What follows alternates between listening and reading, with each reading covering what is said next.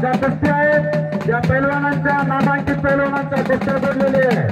या सर्व पैलवानांना भैरवनाथ यात्रा कमिटी तळवल्याने समस्त ग्रामस्थ तळवल्याच्या वतीनं आव्हान आहे।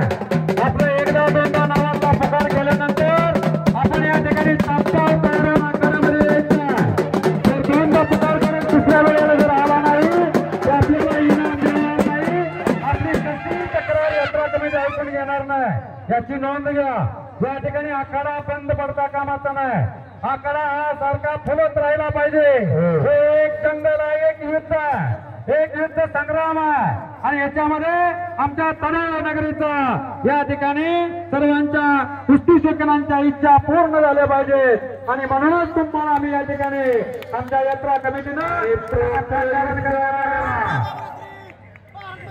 संपलेल्या कुस्तीमुळे भारत मध्येचा पट्टा विजय झाला। या कुस्ती मैदानासाठी कातर खटावून